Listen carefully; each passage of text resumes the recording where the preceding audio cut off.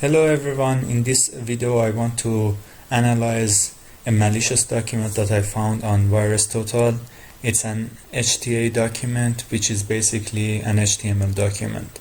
The SHA-256 of this malware is this one, and you can see that the detection ratio of this sample is very low. I will upload the sample on any.run and you will find the link in the description. Let's start digging into this malicious sample. First, we can open this one in a text editor. I use mainly Notepad++. As you can see a lot of HTML elements. Let's scroll a little bit to see whether we can find something interesting.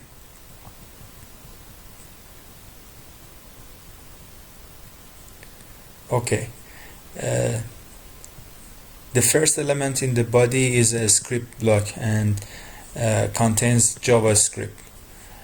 You can see that there is an array and this the fifth element of this array is used to create an object.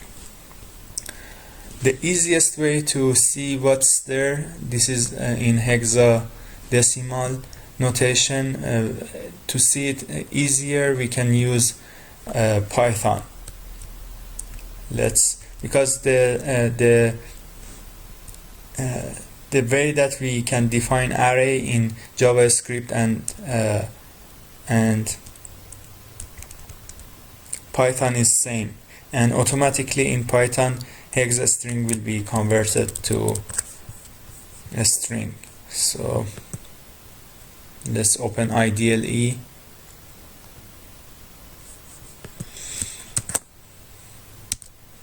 And let's see the content of this variable. So the fifth element is, this is the first one, second one,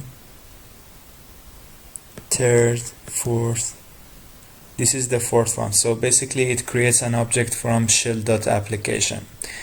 This part is interesting because it's a PowerShell document. So this JavaScript will eventually run this PowerShell. Let's see what is this. This is in base 64. The easiest way to convert this one is by using Notepad++. So basically we copy paste the content here, then we can select the text and then use the built-in functionality in Notepad++ to decode it. This decoded, the encoding is in UTF-8. So let's just remove the null bytes so we can see it better. Okay, now it looks better. You can see that the malware, the PowerShell script will download this file and then save it on here, and then it will use this command to run it. Okay, let's see what we can get.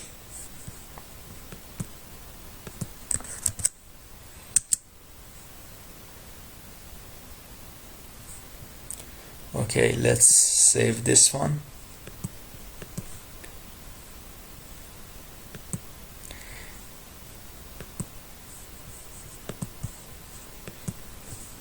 Let's open it in a hex editor. I use Hexinator, but you can use any hex editor that you like.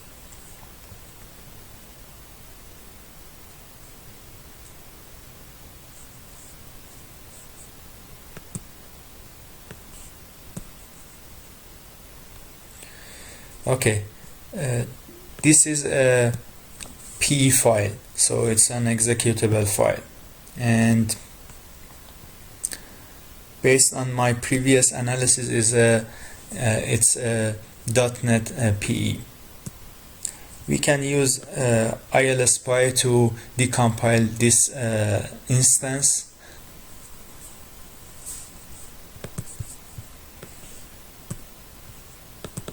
Okay, you see different namespaces on this sample. Basically, we should look for the static main method. I checked a few of these namespaces to see whether I can find the main function. You can find it in this namespace. You have different classes here. One of the classes is program. Inside the program, we can find the static method for main.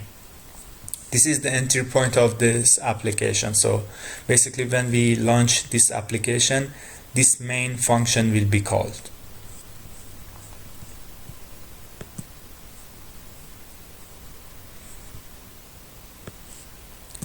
So in the main, we read the string 1 from resources.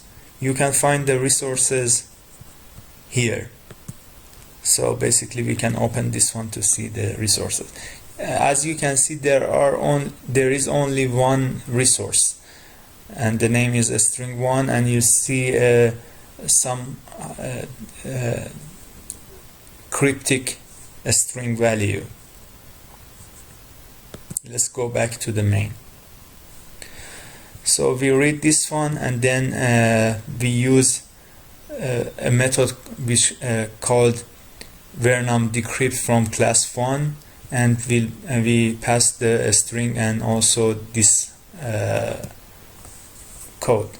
So basically, it seems that the malware decrypt this string, the string that you saw, and then it replaces some substring in that in the decrypted string, and at the end of the day, it will do a bunch of things, and then it seems that the malware load the string. So it's very hard to understand what's the content of string 1 without running the sample. Let's run the sample. We can run a .NET file with DNS spy. Let's open DNS spy and run the malware, see whether we can get the content of string 1.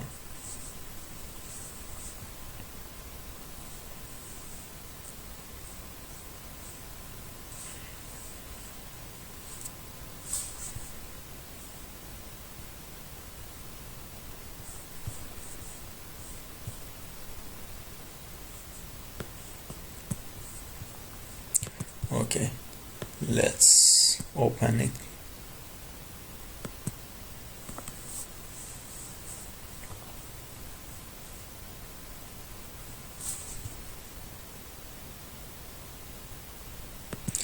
Okay, the class that we wanted to check was in this namespace. So let's go to main function.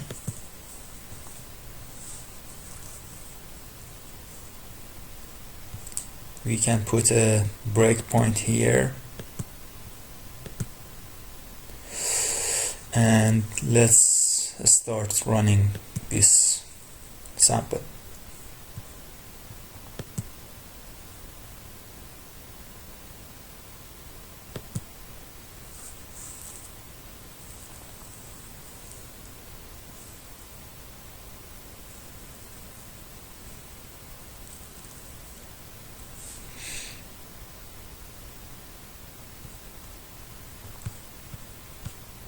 Let's step over. You can see the array is populated. This array should be decrypted. You see 4D5A, which is basically MZ. So basically, this is another PE file. Okay, let's go a few lines more.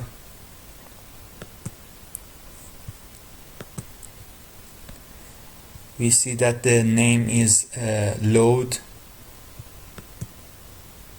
then name 2 is entry point, and the text is invoke. Basically the malware is invoking another PE file, and the PE file is in array. Let's dump the array somewhere. You can just right click on the array and say save. So let's put it there, embedded pe.bin, and let's open this one again. As you can see, this is also a P file. It should be in .NET. It should be a MSIL P file. So basically the main invoke this embedded PE file. We no longer need to analyze the rest of the program. So let's stop this one, close DNS Spy, close this Exinator page, and let's open IL Spy and see this embedded PE.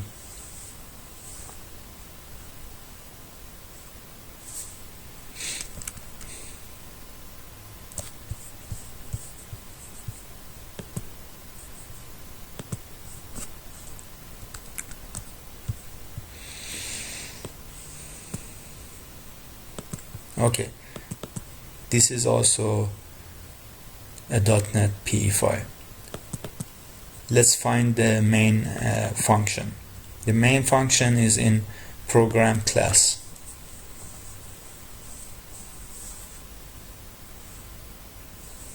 Okay, interesting. You can see that it loads resources.string1. So let's see the resources in this file. As you can see, there are two strings, a string 1 and a string 2. A string 1 is a VBS script and which loads another PowerShell code. And the second one is also seems to be a VBS script. So basically this main function write a string 1 in this VBS file, then create a process and run this VBS script. So let's go to resources, try to save this value on desktop.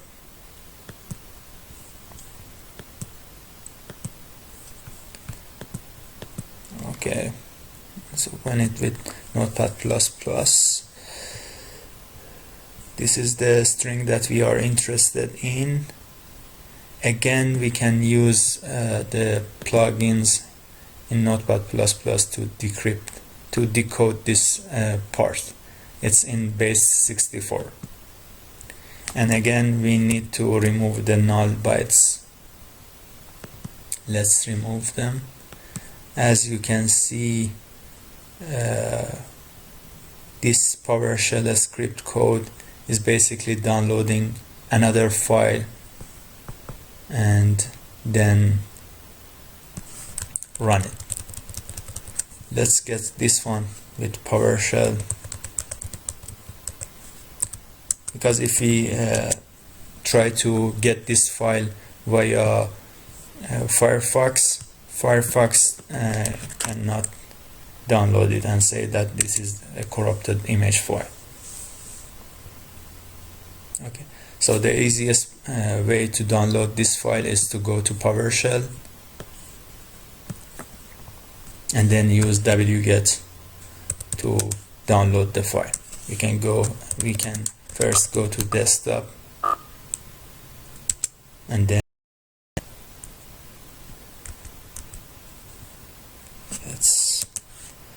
let's continue with output file. Let's save it on the desktop as ads.py. JPEG.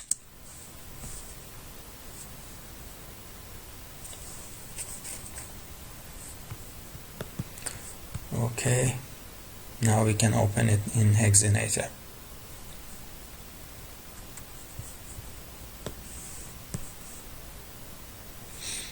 Okay, it's a file, so let's open it in Notepad++.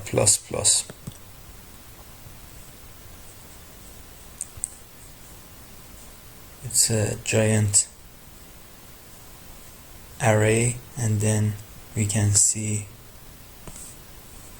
basically it loads this file. This is another PE file. It's 7790, which is basically MZ. Let's take this array. The easiest way to convert this one to binary is by using Python. You just copy paste the portion for the PE and then use Python to convert it.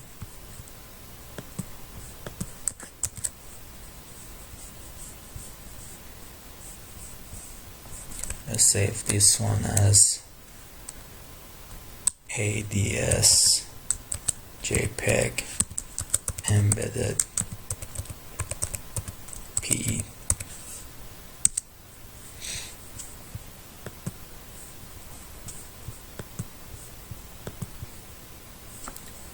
Okay.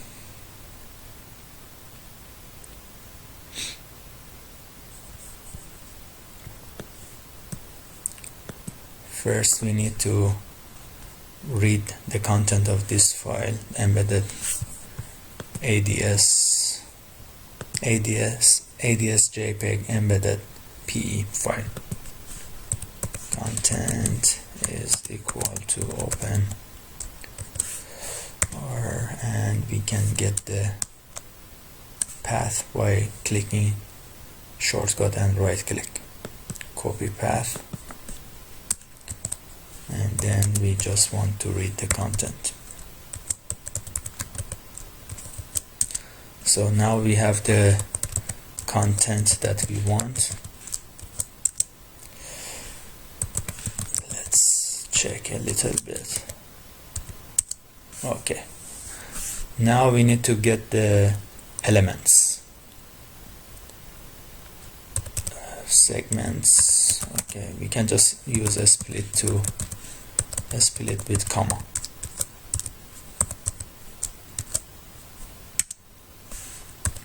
Seg, let's say we want to see the first 10 elements.